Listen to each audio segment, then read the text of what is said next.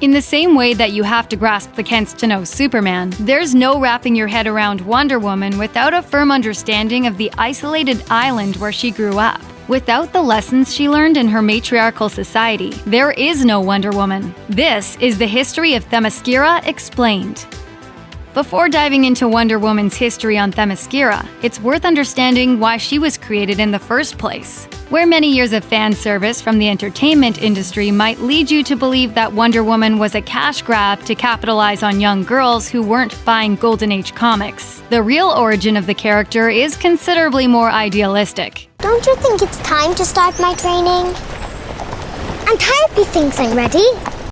As the 2017 film Professor Marston and the Wonder Woman depicts, William Moulton Marston created the character to put forward the idea of a feminist utopia, believing that a world led by women with the interests of women first would be a better one. The inventor and psychologist exaggerated the traits of the liberated women he saw around him, especially the two women he was in a polyamorous relationship with, and created a new kind of hero. Marston wrote in The American Scholar about his most famous creation. Not even girls want to be girls, so long as our feminine archetype lacks force, strength, and power. Not wanting to be girls, they don't want to be tender, submissive, peace-loving, as good women are. Women's strong qualities have become despised because of their weakness. The obvious remedy is to create a feminine character with all the strength of Superman, plus all the allure of a good and beautiful woman. For the moral of Wonder Woman to land, she couldn't be an anomaly in her world. She had to come from an entire nation of powerful women, whose world proved Marston's thesis of a better world built entirely by women. In short, Themyscira needed to be a paradise. Marston, who used pen name Charles Moulton, wrote at the time, "Wonder Woman is psychological propaganda for the new type of woman who should, I believe, rule the world." And so Wonder Woman's home was designed as an idyllic paradise, almost comically so. The original name of Themyscira, in that uniquely plain-spoken language of Golden Age comics, was Paradise Island. Early issues made it very clear what they wanted readers to take away from the island overall. It was a perfect place, and it was perfect because of the exclusion of men. Other names floated during the early years of Wonder Woman were equally descriptive. The island was known as the Amazon Isles, because of its status as home of the Amazons. Occasionally, it was known as Paradise Isle for reasons that are just as easy to guess. It didn't take on its name of Themyscira until decades after Wonder Woman first graced the page. The island of Themyscira came into existence in the fallout from the massive DC crossover event Crisis on Infinite Earths in the 80s. The landmark event was a way to cast off decades of canon and continuity, streamlining the DC universe under a series of new titles with clear backstories. So it was that Paradise Island became Themyscira. According to the post-reboot continuity, Themyscira didn't begin its life as an island at all. Instead, it was a city-state of Amazons near modern-day Turkey. The state was created by the gods themselves, molding the Amazons out of clay and tasking them with teaching traits like compassion to the wider world. From the beginning of their time on Earth, the Amazons are depicted as being in contention with Ares, the god of war. As the Amazons spread ideas like goodwill and world peace, Ares corrupts humanity and steers them toward vengeance and anger. They square off with their bitter rival wherever they find him, trying to steer the wider world toward destruction, and they model their virtues in their own city-state, which is known to be a paradise. The state of Themyscira is ruled over by Hippolyta and Antiope, monarchs and sisters. Ares eventually disrupts the idyllic capital of the Amazons by tricking Heracles, aka Hercules, into attacking the Amazons. His initial attack is unsuccessful, as the extremely powerful Amazons quickly defeat him. Hippolyta and Antiope live in a society that is largely free of rage and deceit, one that's built on forgiveness. Because of this, they invite the humiliated Hercules to a feast in their capital to embark on a new era of friendship.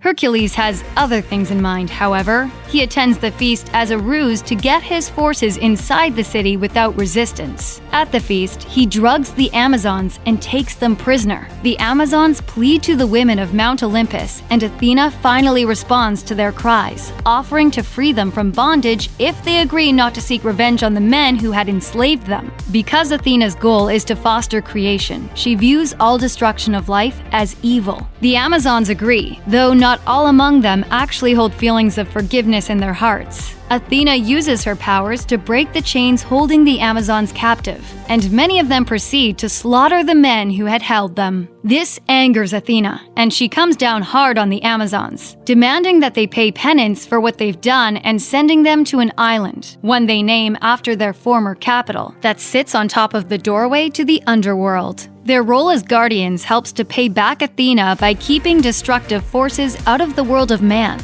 In addition, the Amazons have to wear bracelets as reminders of the time they were tricked into slavery. Not all of them are entirely willing to go along with the plan, though. These bracelets of submission are symbols of their devotion to the goddess Aphrodite and reminders of what waited for them outside of their island. The Amazon warriors were raised from birth to view falling prisoner to a man as the gravest possible outcome. The iconic gold bands were a symbol of real-world women's status in society and the hope that they would break out of oppressive systems. The bracelets also had quite a bit to do with Marston's own affinity for bondage.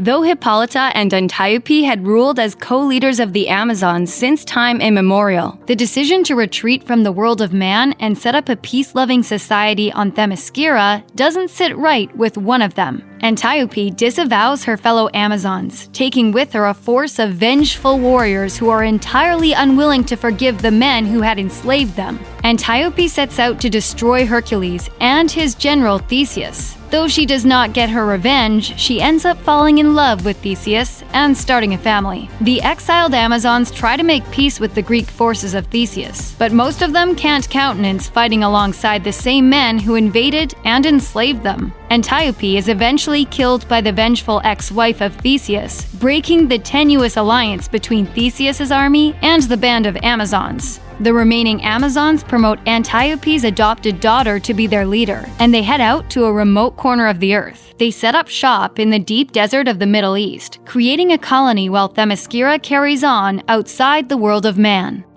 Though Themyscira is meant to be an island fortress separate from man's world, that would make for a remarkably boring story. Over the years, many intruders have landed on the island's shores, both intentionally and accidentally. Everyone from random fighter pilots to Darkseid have made their way to Themyscira over the years. The cosmic villain invaded the island and wiped out half of its population. Hercules tried yet again to subdue the Amazons. Aliens have invaded from deep within the recesses of Jack Kirby's mind. The goddess Hera has invaded, turning all but the queen into snakes. They've frequently been turned to stone, aesthetically in line with their classical Greek island. But because of the slippery nature of comic book continuity, where death rarely lasts, and the enduring passion of the Amazons, Themyscira always returns in some form or fashion.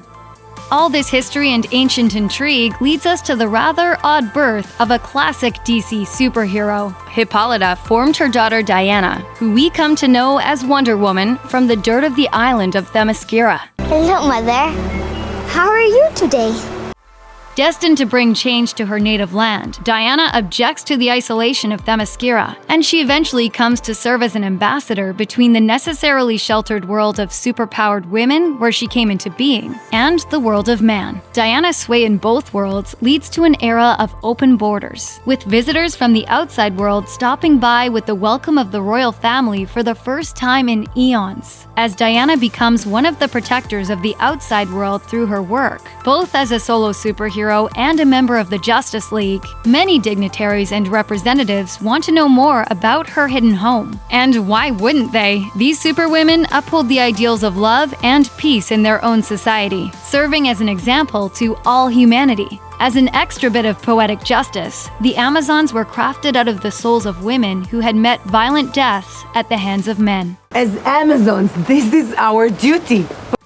Check out one of our newest videos right here. Plus, even more Looper videos about your favorite DC characters are coming soon. Subscribe to our YouTube channel and hit the bell so you don't miss a single one.